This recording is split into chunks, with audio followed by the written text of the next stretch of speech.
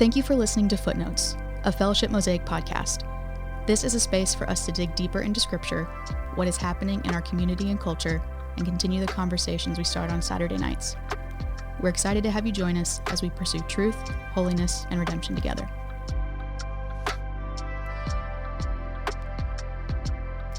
Well, hello, welcome back to Footnotes. It is Nick here, and I am joined by Miss Amy Nizza. Hi, Amy. How's it going? It's going pretty good. Hey, everybody. It is good to have Amy back with us. So a few weeks ago now, on May 9th, Amy joined us for the teaching, and we were talking about that passage where Priscilla and Aquila have to confront Apollos. Not even confront, but correct.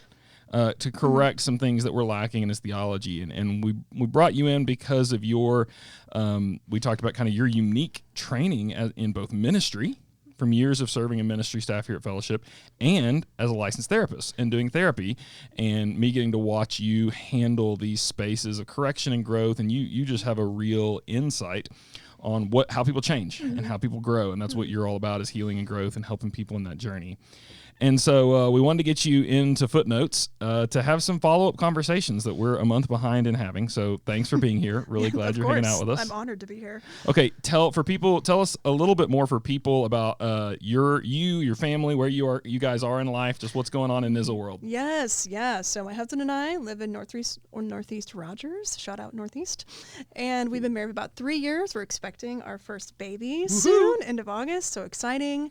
And yeah, we've been a part of a Mosaic almost 2 years now. Wow. Oh, and it's been such a gift for our family. And, my husband works at Walmart. I work at a local counseling agency called the Joshua Center, and we lead a community group through Mosaic. It's been a really sweet season. I feel like you guys checked off so many perfect Northwest Arkansas boxes there. We did. That's really good. That's what I was saying, and I was like, oh man, yeah, quintessential. Your bullseye. Okay, I'm going to start with a softball question, by which I mean really difficult question. And so, as someone who has experience in ministry and therapy, this is something I wrestle with a lot as I talk to people, because when I talk to people about the role of therapy and counseling in faith, I tend, in my typical framing everything in two ditches, I tend to encounter two views that seem extreme to me. Mm-hmm. One would be the view that we don't need therapy at all as Christians. Like, if you have faith, if you have Jesus, if you have the Bible, there's no place for therapy in the Christian life. Mm-hmm. So they reject it out of hand. The other extreme I see is where therapy almost replaces faith. And so a therapist is where you go for everything you need for development, and we kind of lose a place for Jesus at all, lose a place for the church, for community, and all those things. I do believe there's a middle ground in there, that therapy has a beautiful, unique role that neither replaces the church, our faith, Jesus, and Scripture, but complements it. I'm curious how you would articulate, kind of defend against those two ditches and frame therapy and faith, and how you think about it in your practice. Yeah, it's such a great question, and it's a tension that I think shows up in my office every day in varying degrees, particularly with followers of Jesus, especially. And I do believe there's a middle ground. And so on the end, that I don't need therapy, all I need is Jesus, and I see the heart behind that. It's like, man, I want to rely on the Lord for my healing, my sustenance, for dependence on Him. And I think where that maybe falls short is that there's some places in our life, there's stuck points in our journey and our story that I think require maybe a different set of eyes, a different set of eyes that might be neutral outside of it, that might be professional, to actually help us, maybe heal parts of our journey, of our story, that might actually allow us to walk more deeply with Jesus and with others.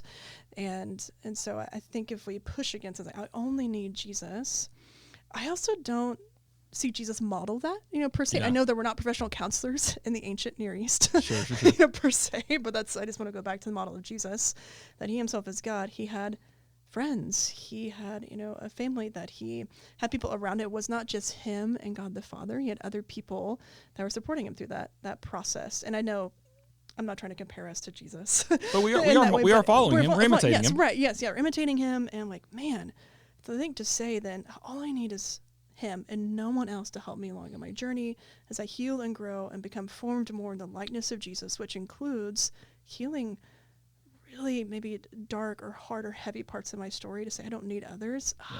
Doesn't feel like the model Jesus gave.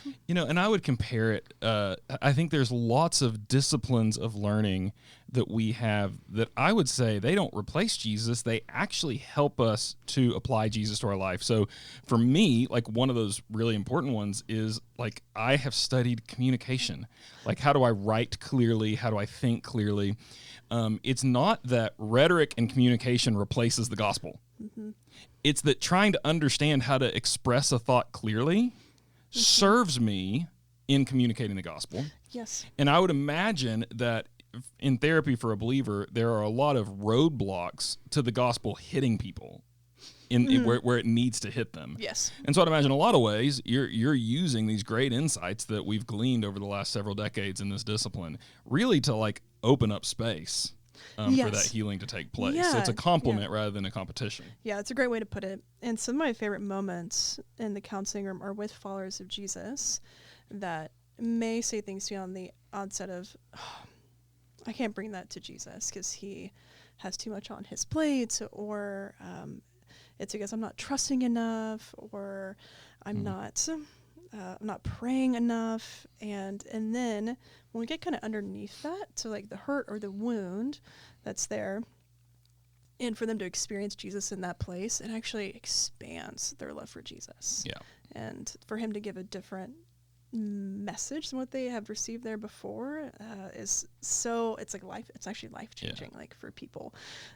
So anyway. I'd be intrigued. I'm sure somebody's done this. I would be intrigued to see how many insights from modern therapy are actually radically new compared to Scripture versus just being articulated in a new way. Right. Like I'm in the Proverbs right now, and I just read the proverb. It says something to the effect of, "He who speaks without listening proves himself to be a fool." I mean, how much of what we have to do is, I imagine a lot of what you do as a therapist is the ability to listen, and how much you're teaching people the ability to listen. Yes, absolutely. And so there's so many things that I see beautifully complementary here. Absolutely. And like a hope deferred makes the heart sick. Yeah. That's one I talk about often with people, like, and that's the grieving process or a longing they had and that it didn't get met. And it's like, oh man, Scripture actually shows us, hey, you have a response to that, and God wants to be in that place with you. And so that's kind of one ditch. Yeah, sure. The other ditch, that therapy is the answer, is kind of how you framed it. I believe it is. Yep.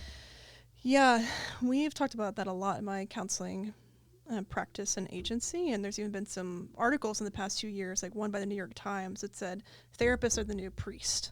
Yep. Yes, maybe you have read that. Yep. And so I think where I would push against that is that one person, one place can also not be the place where you find healing as well. And because the therapeutic relationship also is so limited compared to other relationships you have, and we're actually, God has made us to need multiple layers of relationships and so I think to put like, therapy is the answer, all I need is therapy, it's going to fall short. Yeah, that people will, it will not satisfy, I think, in the ways that they're desiring, because we're made to need a herd. Yeah. Like we just need one person 1 hour a week or maybe twice a week. Oh, we need the people outside of that. And we need to be able to go to them and rely on them. And that's the whole, I would say, middle ground is, some people come to me and want to discuss, what's heavy and what they're struggling with. I tell them, hey, my goal is that this will be practiced outside of these walls. Yeah. That you'll be able to go to others in your circle and have them respond to you in these places and know how to ask for that in a way you can get a response. Yeah. And I think it's, while emotional and spiritual health overlap, they're not identical. Mm-mm. And so I remember Dr. Gary Oliver, someone both of us, member of our Mosaic Body, we both look up to a lot. I remember him saying years ago to me, he's like, I can help someone develop a really healthy marriage and they can still be spiritually lost. And so there's a certain degree that like maybe a therapist could actually have total success. Like you could have someone with chronic anxiety and you really help them heal from their chronic anxiety and they're still separated from God. Yes. You might compare that to emotional physical health. Like you might have someone with a terminal illness that you could help them come to a really healthy emotional place, but as a therapist, you can't heal their cancer. Right. And Yes. so there are lanes that we run in, and ultimately only Jesus can solve our alienation from God. Yes. And so there's avenues of healing there that Yes. complement, they overlap.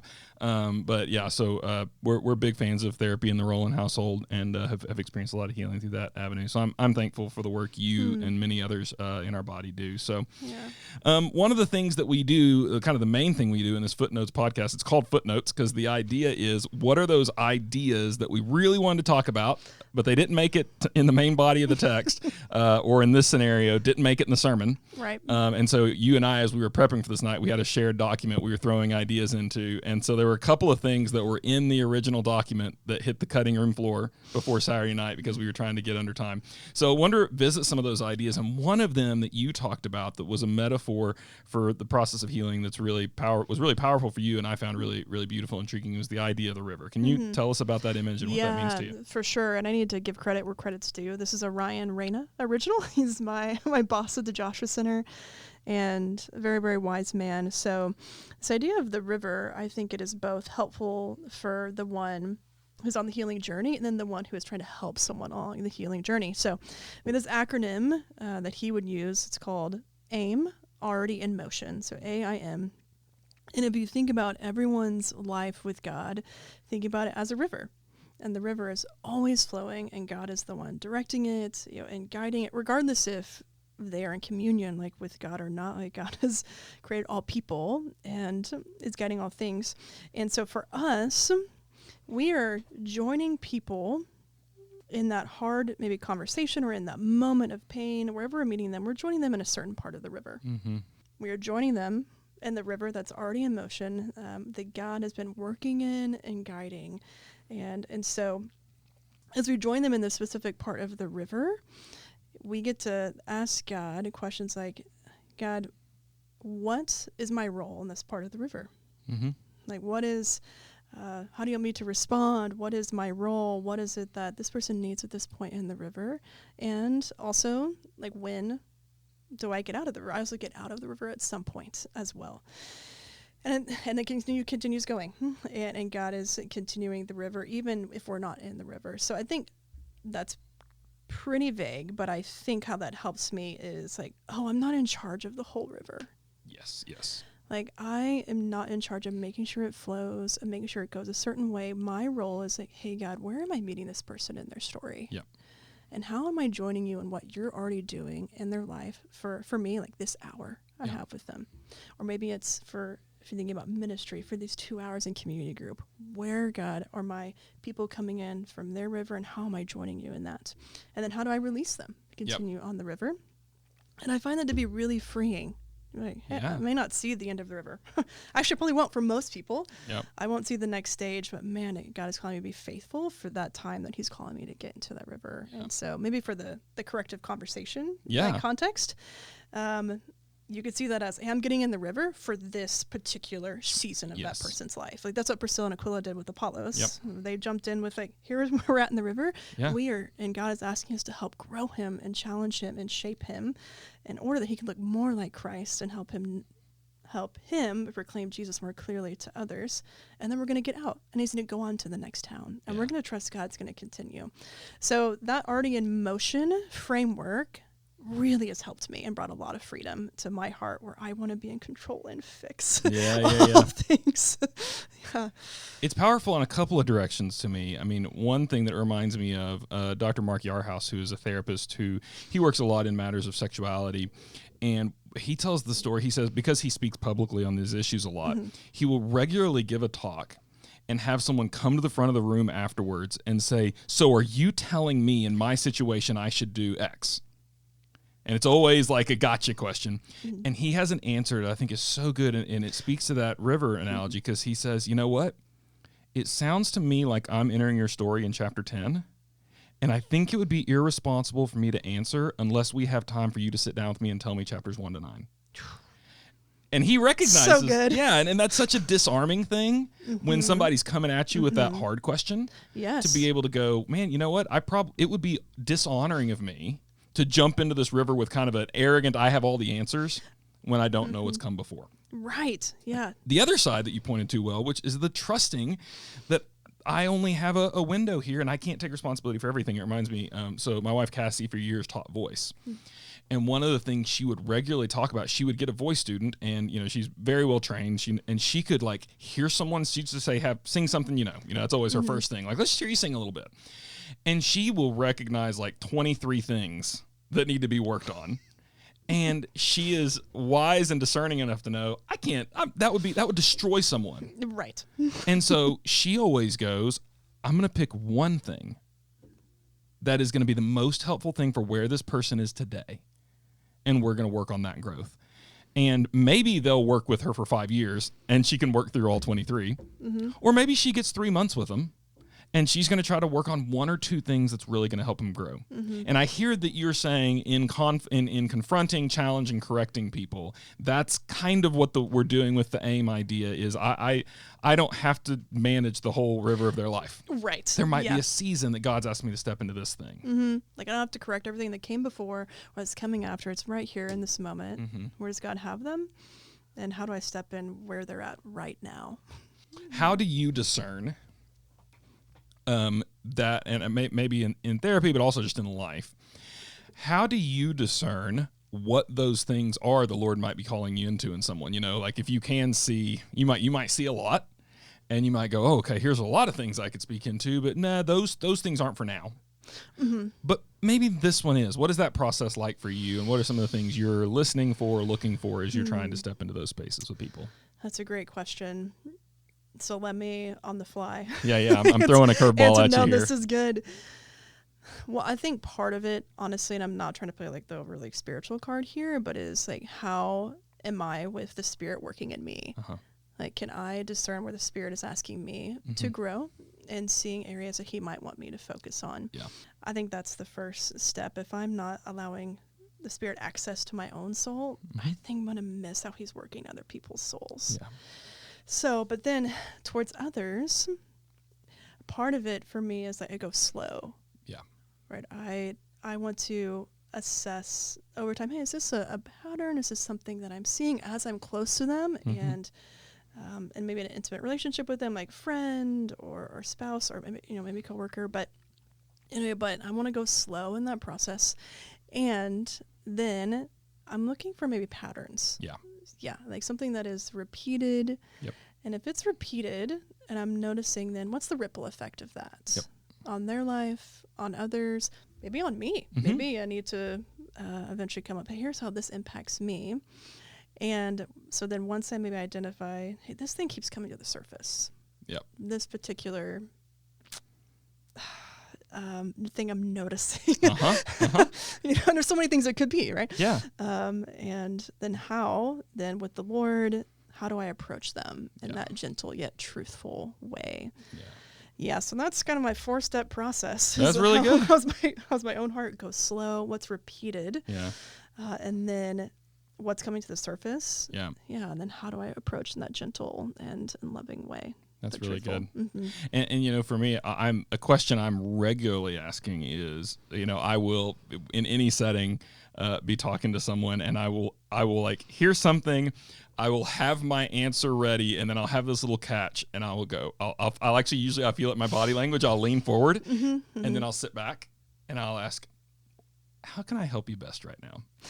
Because I realize, like, before I launch in with all the help I'm excited to give, I like to give people the chance to tell me what they're looking for. That is a great clarifying question. And that saves me from bulldozing in some unhelpful ways. Yeah. So I think what you're pointing out, too, is, hey, what's my relationship with this person? What are they desiring for me? Have they invited this level of relationship from me? And I think that's a really important question as well. It's like, hey, are you wanting help right now? Are you wanting my advice, or just want me to listen? Like, what's my role I play in your life? I think is a great question. We're experiencing Steve Graves, who's a mentor to many of us around here. He attends Fellowship Fayetteville. He has a parenting model that Cassie and I have really implemented, and it's similar to Chip Jackson's Win Coach Release. In Steve's model, he talks about in like infant toddler, he says you're in command phase. which means you're just saying yes and no, and they're not verbally developed enough for why. They can't handle explanation. They can just handle don't touch the stove. He said once they become more verbal, you shift into coach. So coach is you're still giving directions, but you're also teaching. And then he says somewhere around adolescence, you shift from coach into consultant, which means you start waiting for them to ask for help. Right. You start letting them fail. You start letting them try things. You don't step in, and you wait for them to come to you. And then finally, when they become adults, you shift into cheerleader. And he said you really like just hold your tongue a lot and just celebrate your adult kids. Yes. Yeah. And what a good framework. It's a really great framework. Yes. So it's been fascinating having a teenager now, and we're in consultant phase. And so we're regularly going like, how can we help? You know, like, what do you need here? And so it's an interesting thing to step into. And when you're dealing with peers and adults, right, you're not in command phase at all. You're really rarely coach unless you've entered into a very particular kind of relationship. You're almost always in consultant. Right. You're almost always waiting to be asked for the most part, except for some rare situations. And so that maybe is something to talk. We talked a little bit about kind of a grid. This was something that was going to be in the sermon we had in the slides and everything. I had to cut for time. But a grid for knowing when I'm responsible for correcting. And this is a grid that is kind of adapted from something I saw several years ago. But you basically ask two questions. One is, what is the nature of our relationship? So that's something you were alluding to earlier. What level of accountability, trust, depth, responsibility do I have with the person? The second question is, how serious is this issue? Okay, is this like a really minor thing to correct, or is this a very, very serious, weighty thing to correct? And so you kind of get like two different axes, and as both of those increase, the responsibility to step in increases as well. So you can imagine like the lowest responsibility to correct somebody is when it's somebody you don't know, and it's an issue that's not important. So we were joking the other day, like this might be if you're walking at the park and you see a dad with his kids and the dad's on the phone while the kid's trying to get their attention, and you just walk up and go, hey, you should really put your phone down and be with your kid. It's like, my chest just tightened. Like, like, that's probably not my job to go tell that dad. Right, but I don't have the relationship. Put your phone down, right? Yes, yeah. Right. So that might be the like, in some ways that's significant. You know, you're not connecting with your kid, but that's not the one for me to like step into. And so that would be kind of low relationship, low stakes in a lot of ways. High stakes might be if someone that you're a close family member with, or very in close proximity and relationship, you realize they're doing something like dangerously immoral, seriously devastating. It would be, in most situations, irresponsible not to say something. Right. That's the role that we have, and then we have these middle ground cases where maybe it's someone you don't know, but the stakes are really high, and so there might be situations there where you still do step in. Right? Like, you're in a public setting and you see somebody that's about to harm someone. There are places where you're like, no, I'm stepping in. Or someone you know really well and the stakes are really low. And we have those fun conversations in marriage and friendship where you're going like, hey, this isn't a big deal, but did you ever know that you have this effect on people when you talk that way? Those are like the fun ones that you're like, yeah, let's do that. And so, and the other thing that I think is important is, by being part of a church, you are upping the scale of relationship by choice. You are saying, and when I join a community group, you are saying, I'm inviting you to speak into my life. When you join a local church, you are saying to that community, I want you to help me be more like Jesus. Right. And so that's something I often tell people. Like when I've had some situations with people in my office where I was challenging them on something, and they pushed back and said, hey, I'm not inviting that accountability. And I said, and I had to say, like, actually, I'm your pastor. By being here, you are.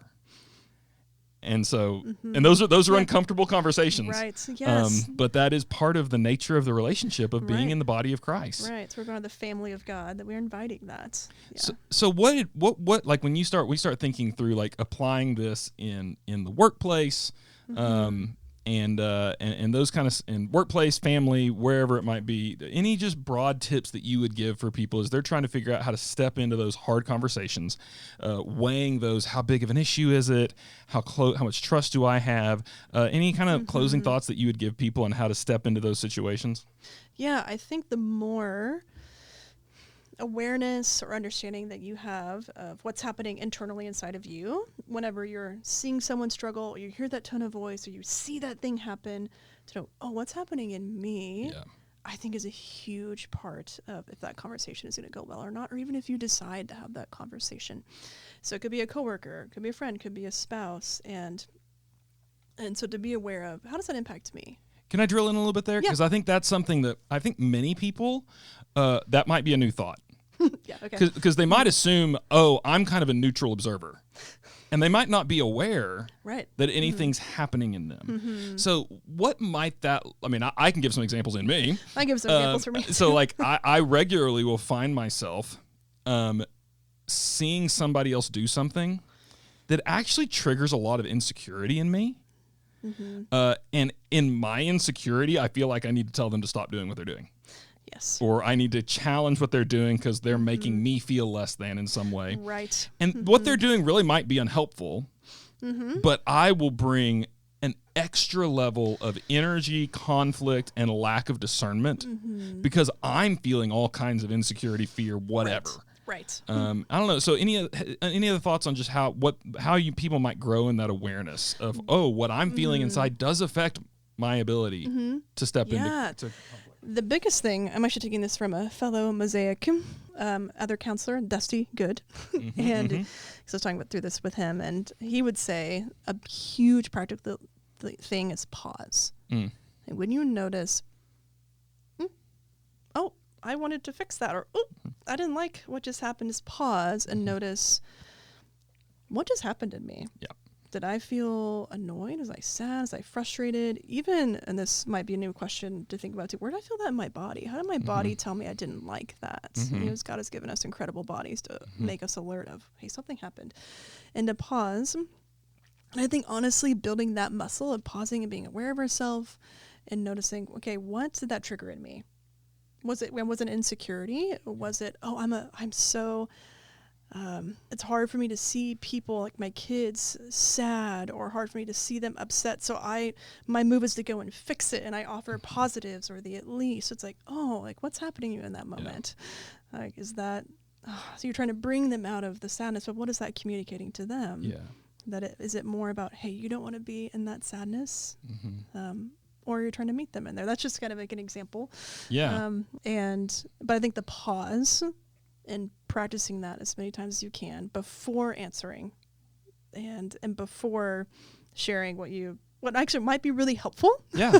Right. To your point, might help turn down an amplified response or my insecurity or my uncomfortability, or what we would call in the counseling world, my dysregulation. Yes. Because I mean, it reminds me of Jesus' little illustration of the surgeon who's going to try to, take the speck out of someone else's eye when there's a plank in their own. Like those things that are happening in me that I'm not aware of, those are the planks in my eye often that make it really it almost impossible for me to discern what's happening in someone else and can really get in the way. You said something that for people who've been around therapy world would be really familiar, and for those who are not, they might say, did she just say, where do I feel that in my body? I did. And so because I'm not in this training and I tend to be like hyper analytical about things and not always in touch with my feelings, I'm gonna tell you what I have understood why people ask that question, right? And what y'all are getting at, what you therapists are getting, you therapy people, us. Tell me if this is somewhat on point for why that question is asked. I often, particularly, I think I've grown a lot in this in the last 10 years, but 10 years ago, I couldn't name most of my feelings. I think the only feelings I were really aware of was excitement and anxiety. Like that was about the only two I knew. Yeah.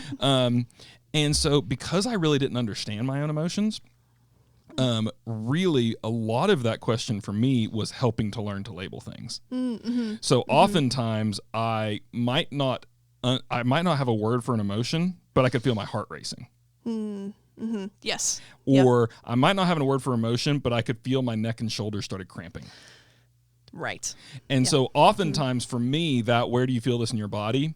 For someone who is less aware of their emotions, but I am very aware of physical sensations in my body. Yes. That was a doorway for me to start learning how to identify what I'm feeling because those are so closely linked and tied together. Right. Is that a little bit of what's going on with that direction and that coaching? Yeah, exactly. It's because typically I can tell I feel sad for me, like I can feel sadness behind my eyes, like in my chest before I can articulate to you, I feel sad. Yeah. And that's just how God has made our bodies. Like first, our body's the first thing that sends us and the signal before logically my mind can catch up. So it's a little bit of the reason behind like the coaching. And we also, I think in the West, this could probably be another footnotes, we can kind of separate ourselves from our experience with our bodies. Yeah. But God has given us bodies that are good and right to help us connect with Him, with others, and with ourselves, including with our emotions. So that's where that question comes from. That makes a lot of sense. How can we better recognize what's happening inside of us so that we can connect in deeper and deeper ways? Yeah. That's really helpful. So that's a good practice in general to just learn to be aware of like what's happening physically, emotionally in ourselves. And so you talked about like maybe the first point is just kind of be aware of what's happening in you. Right. Anything else you would say in like stepping into correcting conversations with other people that are good tips for us to take? Yes. And I'll be the first to say too, like I'm not perfect at this, so I'm still learning how to do this. But truly, like the awareness piece, I think is the most important factor for me. And then thinking through, okay, what's the best way? If I feel like, man, like I do need to have this conversation for the sake of this relationship, for the sake of their growth, or if it's something the Spirit's leading me to, what's the best way this person can receive what I'm about to say? And I think allowing yourself to think through that, like, man, is a certain time of day, is a certain context, like what would be most helpful for their heart to receive something their heart naturally is going to want to close against? I think it's been a really helpful question, like for me. Yeah. And because I think in my body, I'm like, I want to have it right now. I feel and like, okay, I see it. Let's do it right now. If I don't do it right now, then like it won't help them. Or it's actually to solve my own anxiety. Yeah. But then I can rush it and then I miss them and actually they can't receive hopefully the good thing that I'm giving to them. So if I can slow down and think through what's actually best for them, what'll help them best receive that, I think actually is a really important part of the process. As you were talking about that raises, I'm throwing another curveball question at you here, but this is something I was wondering about as I heard you talking. It seems to me, you're talking about what's going to help them best receive this. It seems to me, and I think that's a really good question, and that leads me to believe there might be two different kinds of conversation. And one is when I'm seeking to serve someone else with correction. The other is when I'm actually hurt and need to share with someone something you did hurt me. And it seems like those are maybe separate oftentimes. Like a lot of times the aim and the goal might be different. And at least in my experience, I'm not very good at putting them together at the same time. So let me tell you how hurt I am, and now let me coach you how you can do better next time. Yes. I don't know. Thoughts on that? Or those how do those two work together or be different? That's a really good question. And so that's my first time thinking about how would I differentiate them, because they do feel like subtly different, but they have overlap, I think, as well. And I think from if I'm just there to serve somebody and it's disconnected from how I'm personally impacted by it, I think that question, how are they going to best receive that, feels maybe more clear, but if it's like, man, I'm hurt, then I think there's still a question of, we'll see if I agree with this after I say this. That's great. That's why we have editing. Yes, But like, what helps my heart also feel like I can bring this vulnerable spot to them too, and also still aware of them, like what might they need to receive this, and but I think they feel similar but different, and I think when you're hurt, it just adds different layers to it. I think it. It can bring a little more complexity to it as well, for really good reason. Yeah. And I think for both of those, where maybe there's overlap that I could see, is it's typically not a one and done conversation. Yeah, that makes sense. Yeah. I find myself if I, and I don't know if this is a good thing or not, but I find myself when I see both, when I'm like, this thing someone did hurt me, and I think there's some growth for them, I tend to find myself saying, I'm only going to have the how I'm hurt conversation today.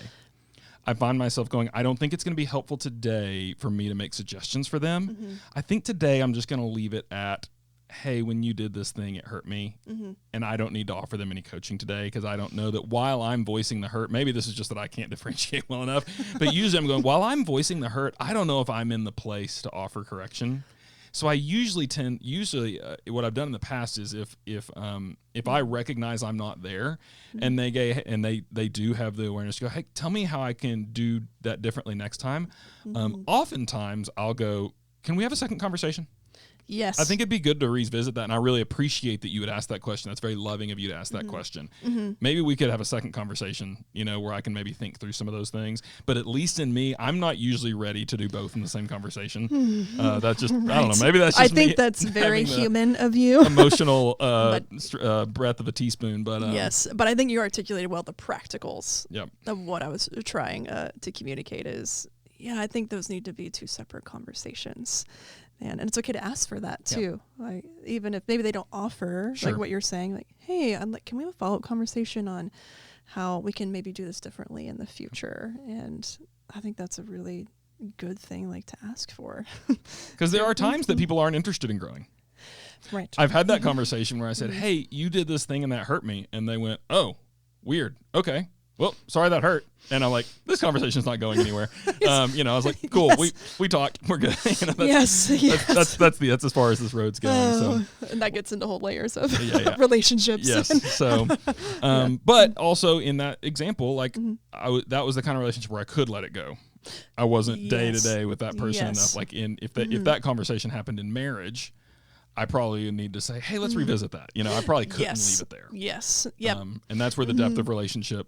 Even tiers of relationships, you think about that too. Yep. Like the depth of connection, communion, proximity we have with them will probably dictate maybe those levels of conversation. And to your point, which is really, really good, like kind of let this go. Or does this need to be something that we talk about again? Yeah. That makes sense. Well, Amy, thank you so much for your wisdom and your discernment and the practical ministry that you are doing at so many levels in Northwest Arkansas and in our church through discipleship and community group leadership in our body, through your counseling practice. God's using you in some powerful ways. And thank you for coming and speaking to our body a few weeks ago. We're really grateful for you.